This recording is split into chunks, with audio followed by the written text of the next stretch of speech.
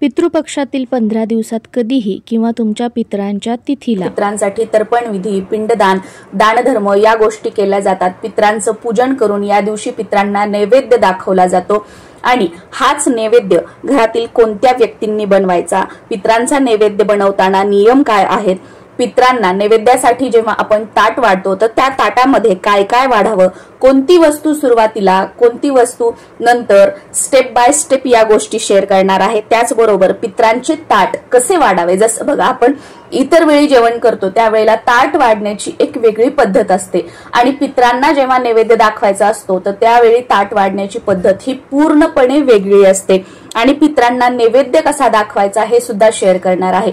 कारण जेव्हा आपण देवांना नैवेद्य दाखवतो तेव्हा आपण पाण्याने बघा खाली मंडल काढत असतो, चौकोनी मंडल भरीव काढत असतो, पण जेव्हा आपण पितरांना नैवेद्य दाखवतो त्यावेळेला पाण्याने चौकोनी मंडल काढायचं नसतं। अशी बरीचशी माहिती या व्हिडिओमध्ये मी तुमच्यासोबत शेअर करणार आहे। जेव्हा आपल्याला पितृदोष लागतो तर 3 पिढ्यांपर्यंतचा पितृदोष आपल्याला लागत असतो। जसं की तुम्हाला कोणी सांगितलेलं आहे की तुम्हाला पितृदोषाचा त्रास आहे, तुमच्या कुंडलीमध्ये पितृदोष आहे, तर 3 पिढ्यांपर्यंतच्या पितराची आपल्याला सेवा करायची असते। आणि महिला ज्या असतात तर महिलांना सासरचा आणि माहेरचा दोन्हीकडचा पितृदोष लागत असतो। तुम्ही सगळ्या सेवा करून सगळे उपाय करून थकले आहात पण तुमच्या संसारामध्ये सुख नाहीये किंवा तुमच्या मुलाबाळांना तुम्हाला स्वतःला संतान प्राप्ती होत नाहीये, नवरा बायकोचे सतत भांडणं होतात, घरात पैसा टिकत नाहीये, कर्ज वाढत चाललेलं आहे, मुला मुलींचे विवाह होत नाहीयेत, सगळे उपाय करूनही अशा समस्या आहेत तशाच आहेत, यातून बाहेर निघण्याचे मार्ग तुम्हाला मिळालेले नाहीयेत, तर कुठेतरी तुम्ही पितरांची सेवा करायला सुरुवात करा। बघा या सगळ्या गोष्टीतून हळूहळू बाहेर निघण्याचे मार्ग मिळत आहेत, असे अनुभव तुम्हाला स्वतःलाच येतील। फक्त पितृपक्षातच पितरांची सेवा करावी असं नाही, अक्षय तृतीयेला, पितृपक्षामध्ये, त्याचबरोबर जेव्हा वर्षश्राद्धाची तिथी असते पितरांची त्या तिथीला, आणि जर तुम्ही खूपच त्रासलेले असाल सर्व समस्यांनी तर प्रत्येक महिन्याच्या अमावस्येला सुद्धा तुम्ही पितरांसाठी दानधर्म, पितरांसाठी सेवा करू शकता। प्रत्येक महिन्याच्या अमावस्येला तुम्ही पितरांचं स्मरण करून शिदादान करू शकता। तुम्ही एखाद्या मंदिरामध्ये गुप्तदान, यथाशक्ती जे काही तुम्हाला पैसे दान करायचे आहेत ते तुम्ही दान करू शकता।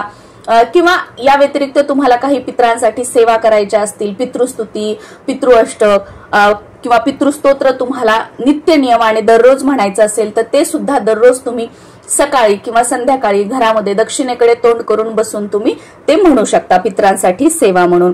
तर बघा पितरांच्या स्वयंपाकामध्ये नेमके कोणकोणते पदार्थ बनवायचे असतात, तर काही मी तुम्हाला जे जनरली सगळीकडे बनवले जातात ते पदार्थ सांगते, पण तुमच्या भागानुसार, तुमच्या शहरानुसार किंवा तुमच्या घराण्यामध्ये रूढी परंपरेनुसार तुमच्याकडे जे पदार्थ बनवले जातात ते तुम्ही बनवण्याचा प्रयत्न करा।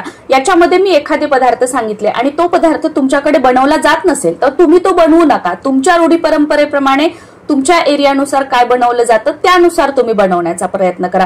मी एक हे ढोबळ सांगत आहे की सगळीकडे जनरली या पद्धतीचे पदार्थ जे आहेत ते पितरांच्या जेवणामध्ये बनवले जातात। सहसा पितरांच्या स्वयंपाकामध्ये तांदळाची खीर ही जवळजवळ सगळ्यांकडेच बनवली जाते। त्यानंतर उडदाचे वडे बनवले जातात, कढी, आळूच्या वड्या बनवल्या जातात, बऱ्याच ठिकाणी आळूची भाजी सुद्धा बनवली जाते।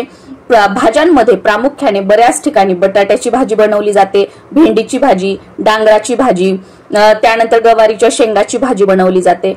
चटण्या बनवल्या जातात, चटणीमध्ये स्पेशली तिळाची चटणी आणि जवसाची चटणी ही बनवली जाते। त्याचबरोबर कोशिंबीर, पंचामृत, बऱ्याच ठिकाणी मेथीची भाजी, कारल्याची भाजी हे सुद्धा बनवलं जातं आणि याचबरोबर लिंबू, तूप, भाजलेले किंवा तळलेले पदार्थ जे असतात ना ते पितरांना आवडतात। आणि लिंबू जे असतं तर ते आपण ताटामध्ये वाढतच असतो, पण लिंबू इतर वेळी आपण जेवणामध्ये सुरुवातीला लिंबू आणि मीठ वाढतो, पण पितरांचं ताट वाढताना ही पद्धत पूर्णपणे वेगळी आहे। पितरांच्या स्वयंपाकामध्ये कांदा लसूणचा वापर अजिबात करायचा नाहीये। कांदा लसूण विरहित जेवण जे आहे ते पितरांसाठी बनवायचं आहे। आता आमच्याकडे कशी पद्धत आहे, आमच्याकडे पितरांसाठी सोहळ्यामध्ये स्वयंपाक केला जातो। पितरांसाठीचा स्वयंपाक जो असतो तो घरातील सवाष्णी स्त्रीने करायचा असतो। भावकीमधील तुमच्या घरातील जी कोणती सवाष्णी स्त्री असेल त्यांनी हा स्वयंपाक करायचा असतो आणि पितरांच्या स्वयंपाकामध्ये शेवगा, वांगे किंवा गाजर याचा वापर जो असतो तो चुकूनही करायचा नसतो। पितृभोजन होईपर्यंत घरातील सर्वांनी, तुमच्या भावकीतील असतील, तुमच्या घरातील असतील, सर्वांनी लहानांपासून मोठ्यांपर्यंत उपवास करायचा असतो, जे काही आपण स्वयंपाक पित्रासाठी जेवण बनवलेलं आहे ते उष्ट करायचं नसतं. त्यामुळे बऱ्याच जणांना सवय असते बघा, स्वयंपाक बनवताना चाखून बघायचं, थोडंसं चाटून बघायचं, मीठ बरोबर आहे का, हे बरोबर आहे का. तर पित्रांचा स्वयंपाक बनवताना किंवा कोणत्याही देवी देवतांचा नैवेद्य बनवताना अशी चूक करू नका, कारण बऱ्याच जणांना सवय असते आणि नकळतपणे ते ह्या गोष्टी करतात. तर ही गोष्ट तुम्हाला लक्ष देऊन करायची आहे की तुम्हाला चाटून वगैरे बघायचं नाहीये, जे जसं बनलं ते तसं बनलं. आणि पित्रांसाठी स्वयंपाक बनवताना एक गोष्ट लक्षात घ्यायची, ज्या काही सगळ्या भाज्या आहेत, वस्तू आहेत, त्या आपल्या घरातील असाव्यात. आपल्या कष्टाच्या पैशाने किराणा वगैरे सगळा तो भरलेला असावा. इतरांकडून आपल्याकडे एखादी वस्तू नाहीये म्हणून दुसऱ्यांकडून ते आणायचं, त्याचा पित्रांमध्ये वापर करायचा. पित्रांच्या स्वयंपाकामध्ये आपल्याकडे हे नाहीये, चला ह्यांच्याकडून हे मागून आणा, ते वापरायचं. तर असं करू नका. पित्र आपले आहेत, आपल्याला आपल्या पित्रांची कृपा प्राप्ती करून घ्यायची आहे. त्याच्यामुळे आपल्या घरामध्ये जे काही आहे त्याच्यामध्ये पित्रांचा स्वयंपाक जो आहे तो बनवण्याचा प्रयत्न करा. इकडून तिकडून आणलेल्या याचा पितृ जे आहेत ते स्वीकार सुद्धा करत नाही. आणि दुसरा महत्वाचा नियम पाळायचा आहे तो म्हणजे पित्रांचा स्वयंपाक करताना त्यामध्ये केस निघणार नाही याची काळजी करायची आहे. केस बांधून तुम्हाला पित्रांचा स्वयंपाक करायचा आहे. पित्रांसाठीचा स्वयंपाक करत असताना दुसऱ्यांबद्दल वाईट बोलणं, रडणं, पडणं किंवा खूप खुशी आनंदाने स्वयंपाक करणं, तर ह्या गोष्टी करायच्या नाहीयेत. नॉर्मल जसा आपण स्वयंपाक करतो की जास्त कोणाबद्दल काही बोलणं नाही, आपापलं काम आपण करतोय, तर अशा पद्धतीने स्वयंपाक जो आहे तो तुम्हाला पित्रांसाठीचा करायचा आहे. आणि पित्राच्या स्वयंपाकाला कधीच नाव ठेवायचे नाही. भले तुम्ही कोणाकडे पित्रांचं खायला गेलात किंवा आपल्या घरी जरी बनवलं तरी तुम्ही जेवण करताना किंवा जेवण झाल्यानंतर ही भाजी अशीच झाली होती, स्वयंपाक चांगला नव्हता झाला किंवा स्वयंपाक खूप चांगला झाला होता असं सुद्धा म्हणायचं नाही. कारण की हा आपल्या खुशीचा आनंदाचा सुद्धा स्वयंपाक नाहीये आणि हे खूप दुःख सुद्धा की म्हणजे हे गेलं ते बरं झालं, चला असं एकदाच मला करायचंय, करून टाकू द्या, असं सुद्धा भावना, म्हणजे दोन्ही भावना ज्या आहेत त्या मनामध्ये आणायचं नाही. न्यूट्रल राहायचं आणि हा जो स्वयंपाक आहे तो आपल्याला दाखवायचा आहे. आता पित्रांसाठी जेव्हा आपण नैवेद्य दाखवतो तर त्यावेळेला जेव्हा आपण ताट वाढतो आणि समोर नैवेद्य दाखवण्यासाठी ठेवतो तर त्यावेळेला आपण पाण्याने चौकोनी भरीव न काढता गोल काढायचा आहे. पाण्याने आपल्याला गोल काढायचा आहे. आपण देवांना कसं पाण्याने चौकोन भरीव काढतो, तर इथे तसं नाही काढायचा. पाण्याने आपल्याला गोल काढायचा आहे आणि त्यावर मग जे काही ताट आहे नैवेद्याचं बनवलेलं ते तुम्हाला ठेवायचं आहे. आणि मी कमेंट आल्या होत्या बघा मला की ताई माझे मिस्टर वारलेले आहेत आणि मला सासू सासरे सुद्धा नाहीयेत, मग अशा वेळेला आम्ही माझ्या मिस्टरांसाठी किंवा आमच्या पित्रांसाठी पूजा करू शकतो का आणि ती कशी करायची याचा व्हिडिओ मी चॅनलवर अपलोड केलेला आहे.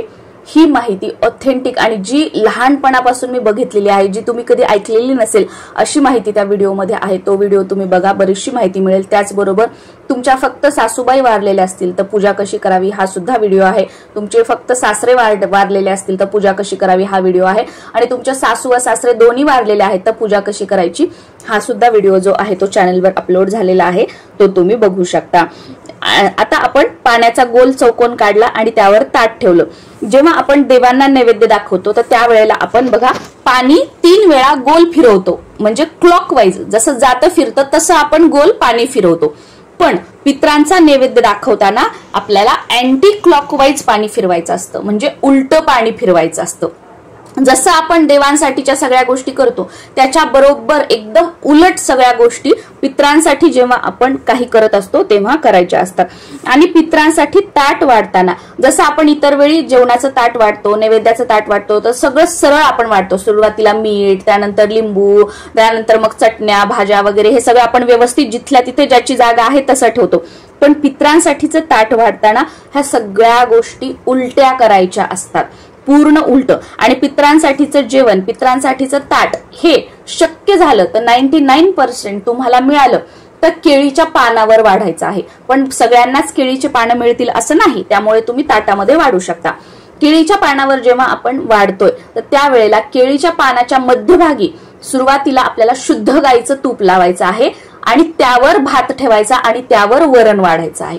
इतर वेळी बघा आपण भात वाढतो, त्यावर साधं वरण वाढतो आणि त्यावर आपण तूप वाढत असतो. पण पित्रांच्या ह्याच्यात खाली तूप, त्यावर भात आणि त्यावर वरण असं वाढायचं असतं. आणि लिंबू जे असतं ते सर्वात शेवटी वाढायचं. आपण इतर वेळी सुरुवातीला वाढतो, पण पित्रांच्या जेवणामध्ये लिंबू हे सर्वात शेवटी आपल्याला वाढायचं आहे. आणि पित्रांचे ताट वाढताना कोणतीही वस्तू कुठे वाढायची आहे, म्हणजे अगदी व्यवस्थित जसं आपण ताट वाढतो तसं ताट वाढायचं नाहीये, आबडधोबड ताट वाढायचं आहे. म्हणजे उलट सुलट ताट, आबडधोबड ताट वाढायचं आहे. जसं की तुम्ही बघा, उजवीकडे भाज्या ठेवू शकता, डावीकडे चटण्या, कोशिंबीर, समोर तळलेले जे पदार्थ आहेत, वडे, पापड्या वगैरे जे काही तुम्ही तळलेले आहे ते ठेवू शकता. त्याच्या बाजूला पोळी ठेवू शकता. त्याच्यानंतर कढी, पंचामृत किंवा जे वाट्यामध्ये वरण गिरण आहे ते मध्येच असं तुम्ही ठेवू शकता. तर असं उलट सुलट तुम्हाला कुठेही हे ताट वाढायचं आहे. आता उलट सुलट ताट वाढल्याने काय होतं की त्यातील रजोगुण आणि तमोगुण वाढतात आणि पितरांना ते अन्न ग्रहण करण्यासाठी सोपं जातं. म्हणून आबडधोबड ताट जे आहे ते पितरांसाठीच वाढलं जातं. आणि पितरांसाठी ताट वाढल्यानंतर, नैवेद्य दाखवल्यानंतर ज्यांना कोणाला तुम्ही जेवायला बोलवलेलं आहे त्यांना जेवू घालायचं आणि त्याच्यानंतर मग आपण घरातील सर्वांनी अन्न ग्रहण करायचं आहे. आणि पितरांना नैवेद्य दाखवून झाल्यानंतर अगोदर तुम्हाला जे लोक जेवायला बोलवले आहेत त्यांना जेवू घालण्याच्या अगोदर सुद्धा कावळ्याला तुम्हाला घास ठेवायचा आहे.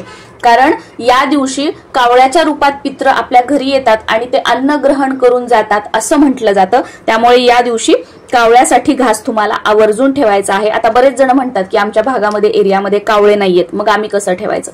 कावळ्यासाठी ठेवतोय हा भाव मनामध्ये ठेवून ते अन्न आपण कावळ्याला ठेवायचं. मग तो कावळा खाऊ नाहीतर इतर पक्षी खाऊ, काहीही हरकत नाही. आता कावळ्याला आपल्याला घास कसा ठेवायचा काय याचा व्हिडिओ आज दुपारी 3 वाजता येणार आहे, तो तुम्ही बघू शकता. त्याच्यामध्ये जर तुमच्या घरी कावळा येणार नसेल तर कुठे ठेवायचं काय ही सगळी माहिती शेअर केलेली आहे आणि 2 पद्धती सांगितलेल्या आहेत. 2 पद्धतींनी आपण घास कसा ठेवू शकतो, त्यामुळे त्या व्हिडिओमधून तो सुद्धा तुम्हाला बरीचशी माहिती मिळू शकते. तर या प्रकारे आपल्याला पितरांचा स्वयंपाक बनवायचा आहे. काही वस्तू वापरायच्या आहेत, काही पदार्थ बनवायचे नाहीयेत आणि याप्रमाणे ताट वाढून नैवेद्य पितरांना दाखवायचा आहे. नमस्कार.